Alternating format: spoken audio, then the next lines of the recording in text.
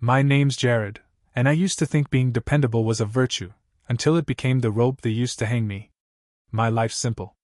I've got a steady job, a patient wife named Maya, and 2 little monsters who think I hung the moon. We live modestly, save for the future, and eat family dinner every night. Nothing flashy. Just good, stable peace. That's probably why they always call me first. They being my stepmother Kira, my stepsister Chloe, and the rest of the orbiting cast who somehow never have a dollar to their name, unless it's for themselves. You see, Chloe is the family's sun. Glamorous, loud, shiny. I'm the moon. Reliable, quiet, forgettable unless there's a blackout. So when Kira called and said, "We need to talk about Chloe's wedding," I knew what was coming. What I didn't expect was the spreadsheet. She slid it across the table like a job offer. I opened the folder expecting maybe a couple thousand in help. Instead, it was line items for a $30,350 wedding, with my name penciled in as the financier. No ask. No negotiation. Just assumed. Dress, $5,200. Venue, $12,000. Florals, $3,800. Photographer, $2,500. Gift bags, makeup artist, bachelorette weekend, monogrammed champagne flutes. I stared at the total at the bottom like it had personally insulted me. "I can't do this," I said carefully, trying not to let the heat rise in my voice. "We can help with the deposit. Maybe $5,000. But that's it." Kira blinked, confused, like I just said the sky wasn't blue. "Jared, you make 6 figures. And I have kids," I replied. "Mortgage. Insurance. Their future matters too." She pursed her lips. "It's just disappointing. We assumed." "I know," I said. "That's the problem. The guilt came anyway." I felt it crawl up my neck like it always did, that tightening grip of obligation I'd carried since Dad married Kira when I was 12. I was the fixer. The helper. The one who said yes because no one else would. But now I had my own family. My own priorities. And for once, I didn't want to disappear into someone else's crisis. I went home that night and told Maya everything. She nodded, calm as always, and said, "If we help, it's because we choose to. Not because they expect it." So we sent the deposit, $5,000. That was our limit. No thank you note came. No, you didn't have to. Just more silence, like I'd met a minimum requirement. But something shifted in me that night. I started thinking less about what I was giving them, and more about what it was costing me. The wedding was still 10 months away, but the messages started immediately. Not from Chloe, she never called. She preferred indirect routes. I'd get texts from Kira at 7:42 a.m. on a Wednesday with screenshots of florists and captions like, "This one's perfect. They'll hold our date with a $2,000 payment today. Thoughts?" No question marks about whether I'd be covering it, just nudges, like I was a human checkbook with a heartbeat. Maya saw the look on my face one night while we were brushing our teeth. I was staring blankly at my phone, thumb hovering over a Venmo notification. "She's doing it again, isn't she?" Maya said. "She just wants to know if I can cover the centerpieces." I muttered. "She doesn't want to know. She expects." I didn't respond. I just hit pay and shut the screen off. I told myself it was temporary, that it wasn't worth the drama. But I started tracking everything, just to keep my head on straight. I opened a note on my phone and titled it, "Chloe Wedding." I didn't tell anyone about it. It was just for me. Every charge. Every payment. Every emotional beat I swallowed. May 4th, $5,000 venue deposit. May 16th, $380 for custom robes. June 2nd, $2,200 for bridal makeup trial plus artist deposit. June 18th, $1,175 urgent cancellation fee from old caterer. June 30th, $450 for bachelorette spa gift cards. July 6th, $150 for Chloe's emergency dental whitening? I'd look at the list and wonder who I was trying to convince, them or myself. I kept showing up. Responding. Covering. Just one more. When the emotional pressure built too high. They never said thank you?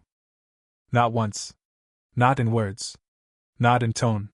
Gratitude, I learned, is not part of the dynamic when someone believes they deserve what you're giving. Chloe posted photos of dress fittings and bridesmaid brunches online like she'd won the lottery, never tagging us. Never mentioning us. But if a vendor got delayed or a payment wasn't instant, I'd get a call. Sometimes from Parker, her fiancé. "We're just really tight right now, bro, appreciate you." Bro, Maya said. I was disappearing. That I was turning gray again. "I don't want Ben and Ava to grow up thinking this is how families work," she told me one night, kids asleep, dishes drying. I nodded, promising I'd be done soon. But I knew I wasn't. Not yet. It felt like a slow erosion. Not an explosion. Like I was sanding myself down to be small enough to squeeze into the version of me they wanted. Helpful, quiet, financially generous, emotionally invisible. And still, part of me thought maybe if I just get them through the wedding, they'll finally see me. But I already knew better. I just didn't know how to stop. The wedding was held at a vineyard 2 hours away. Rolling hills, white tents, everything Pinterest perfect. We got up early, packed snacks for the kids, and dressed everyone in coordinated pastels. Maya even curled Ava's hair in tiny waves. I'll admit it, I wanted to make a good impression. Or maybe I just didn't want to give them a reason to say we ruined anything. When we pulled up, valet took our car and pointed us toward the side entrance. A young guy in a headset met us at the gate. "Names?" "Jared Morton," I said. "And family?" "Should be under Chloe's guest list." He scrolled a tablet, nodded, and then his face pinched. "I'm really sorry, sir. There's an issue with your kids." I blinked. "What kind of issue?" He hesitated, then held up a printout, 2 photos. One of Ben, one of Ava, both clearly grabbed from Maya's Instagram. Underneath, in bold, "Do not admit, minors not permitted beyond cocktail hour." I thought I misread it. "That can't be right," Maya said, voice already cracking. "They were invited. We RSVP'd for 4. The guard's smile flattened. "I'm sorry, ma'am. We were told very specifically." "By who?" I didn't have to ask. I already knew. I stared at those photos, then looked down at Ben, holding a crumpled coloring book, and Ava, who whispered, "Did we do something wrong?" "No," I said. "Not one thing." I handed the guy our card envelope, a $300 gift on top of the thousands I'd already sunk into the circus, and said, "Make sure they get this." He looked unsure. I didn't care. Maya touched my arm. "Jared, what do we do?" I took her hand. "We leave." "No argument?" "No point." We walked away without another word. I didn't text. I didn't call. We drove home, stopped for burgers, and let the kids watch cartoons on the couch in their fancy clothes. Ava curled up in Maya's lap and fell asleep before the credits rolled. That night I opened the Chloe wedding note and added one final line. August 19th, blacklisted our kids from the wedding. I read the list top to bottom. Then I read it again. And somewhere in that silence, something inside me hardened, clean and final. I wasn't angry. I wasn't sad. I was done. There was no fight to pick, no confrontation to stage. I didn't need to raise my voice or burn anything down. I just had to stop playing the part. I turned my phone off. Closed the note. Put the kids to bed. And for the first time in years, I felt like I had finally done the right thing, not for them, but for me. The call came 2 days later. Not from Kira. Not from Chloe. From Martin, Parker's father. He sounded tired. Embarrassed. Almost panicked. "Jared, I just found out what happened at the wedding. I had no idea your kids were, Jesus. I'm so sorry." I said nothing. I just listened. "She didn't tell us. Parker swore the guest list was final, but I think Chloe made the decision. And Kira backed it." Still, I said nothing. Martin sighed. "Look, I covered half the wedding. I've been generous. But this crossed the line. They humiliated your family after everything you did for them." I finally spoke. "You didn't know about the list?" "I didn't know about the money either," he said. "They told me they were covering it all. I only found out this morning how much you paid." He asked for a total. I emailed him a PDF within the hour, clean, itemized, timestamped. Total contributions, $13,855. No emotion. No commentary. Just the facts. Martin replied within minutes. "I'm pulling my funding. I'll speak to Parker. You will be fully repaid. It felt surreal. By dinner, Maya was shaking her head in disbelief. You didn't even raise your voice. I didn't need to, I said. The receipts spoke louder. I drafted another email that night, this one to Chloe Parker and Kira. It read, Hi. Please find attached a detailed breakdown of all contributions made toward the wedding, totaling $13,855. I've spoken with Martin, who agreed to take responsibility for repayment on a 12-month plan. I will not engage in emotional conversations about this. This is strictly financial. Let's keep it clean. Best. Jared. Kira responded within the hour, furious. I can't believe you'd humiliate your sister over a few expenses. We're disappointed in who you've become. Chloe chimed in too, in a tone dipped in sugar and venom. Wow. I guess generosity has an expiration date. Thought you were better than this. I didn't answer either. Instead, I set up a folder titled Wedding Repayment and moved their emails into it. Every month, like clockwork, a payment came in. Sometimes from Martin. Sometimes from Parker. Occasionally, Chloe's name would appear in the memo. From Chloe, happy now? I didn't reply. Maya called it the calm after the fire. I called it peace. The kind you earn by finally putting the match down, not throwing it. And maybe the most surprising part. I didn't feel bitter. Just quiet. Resolved. I hadn't burned the bridge. I just stopped dragging bricks to fix it. By the third month of repayments, our house felt different. Not louder. Not busier. Just lighter. The family group chat, usually a flood of urgent favors and emotional bait, had gone eerily quiet. No messages from Kira. No invites to birthdays or brunches. No new emergencies involving Chloe's car, her honeymoon, or her rent. It was like I'd become invisible. And for the first time, I liked it.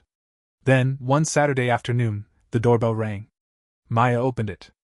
I heard a stiff silence stretch in the hallway. Then, Jared? It's Chloe. She looked perfect, of course. Blowout hair, designer sunglasses, a delicate gold chain that caught the sun like a spotlight. She had a small bakery box in her hands and an expression that read less remorse and more PR control. Can we talk? I didn't invite her in. I stepped out onto the porch.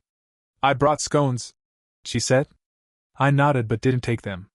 I just wanted to clear the air, she continued. Things got blown out of proportion. I was under a lot of stress. You know how weddings are. She waited for me to say something. I didn't. I didn't mean to hurt your kids, she added quickly, as if that checked a box. But we had a vision. No children. It wasn't personal. You used their photos, I said. Labeled them. That's not a vision. That's targeted exclusion. Her smile faltered. I'm not here to fight, she said. I just don't want us to be estranged. That's when I realized why she'd really come. Not to apologize. Not to pay back what she owed. But to be absolved. To smooth the optics. To erase the bad blood without taking accountability. I exhaled slowly. You and Parker got married again, didn't you? She blinked. We did. Small ceremony. Just close friends. No post about it. She shrugged. We didn't want the drama. I nodded. You're not here for reconciliation, Chloe. You're here for reputation maintenance. That's not fair. What's not fair, I said evenly, is expecting someone to fund your life and then blacklist their kids. You did that. You don't get to wrap it in a scone box and call it forgiveness. She stood there for a long second, still, polished, expression unreadable. I guess I know where we stand, she said. I hope so, I replied. And I meant it. Not cruelly. Not coldly. Just clearly. No more blurred lines. No more guilt-tinted obligations. No more fixing. Later that night, Maya leaned against my shoulder and whispered, That was the most dad thing I've ever seen. And I smiled, because yeah, maybe it was. Not the kind of dad who fixes everything. The kind who teaches his kids what not to tolerate. The final repayment landed in my account on the first of the month, a clean $1,155 with the subject line. Final transfer, debt settled. No notes. No emojis. No guilt trip. Just numbers. I logged it in the spreadsheet, double-checked the total, and closed the file. Then I archived the email thread, the receipts folder, the voicemail transcriptions, everything. It was done. I didn't expect closure to feel like anything. No swell of triumph. No warm cinematic music in my head. Just quiet. Like when a machine powers down after running too hot for too long. Later that afternoon, Kira emailed. Subject: We're disappointed in who you've become. Just 7 words. 7 perfectly chosen words to needle right under the skin, to drag me back into the old loop of guilt and self-doubt. I stared at it. That line had worked on me 1,000 times growing up. It was her favorite tool, quiet shame. But this time, it didn't land. I opened a blank reply and typed one sentence. I'm not. Then I hit send. That was it. My last act in the role of the good son. The dependable one. The automatic yes. I went into the living room, sat between Ben and Ava on the couch, and let them pile their limbs over mine like human blankets. We watched a dumb cartoon. Maya brought popcorn. Nobody mentioned Chloe. Nobody brought up weddings or debts or what I should do. It felt like real life. Mine. And for once, there wasn't a single piece of me missing from it. A week later, I got a call from Martin. He was cordial, even warm. I just want to say, you handled that with integrity, he said. Most people would have blown up. I told him I didn't want explosions. I wanted clarity. And I got it. He paused. Then said, You know, if you ever want to come over for dinner, you're always welcome. With the whole family. Your family. I thanked him and hung up, smiling. Not because I needed his approval, but because I finally understood the value of my time, my energy, my peace. I didn't need to be Chloe's safety net anymore. I had my own life to build. My own kids to show what respect looks like. And for the first time in my adult life, the balance wasn't just financial. It was emotional. Zeroed out. Clean slate. No resentment. No regret. Just me, in my own skin, choosing how I show up, and who I show up for.